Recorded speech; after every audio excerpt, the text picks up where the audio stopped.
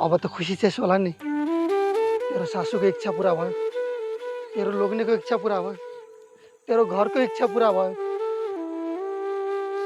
म खुसी छु, सबैजनाको इच्छा पुरा भयो। अनि तेरो इच्छा पनि पूरा भयो। मेरो मेरो कुन इच्छा? ए, अरूको इच्छा पूरा गर्दा गर्दै आफ्नो इच्छा पनि बिर्सिस छैन? याद छ नि तँलाई तेरो इच्छा के थियो? एउटा केटी मान्छेले बिहे गरिसकेपछि उसले सबै आफ्ना इच्छा र चाहनाहरूलाई बिर्सिनु पर्ने रहेछ रमेश।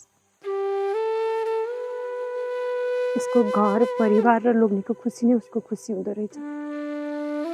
त्यसैले मैले आफ्ना सबै इच्छा र चाहनाहरूका ढोकामा ताला लगाइदिइसकेँ। खुब ठुलो काम गरिछस्। पहिला पहिला तैँले मलाई के भन्ने गर्थ्यस् याद छ?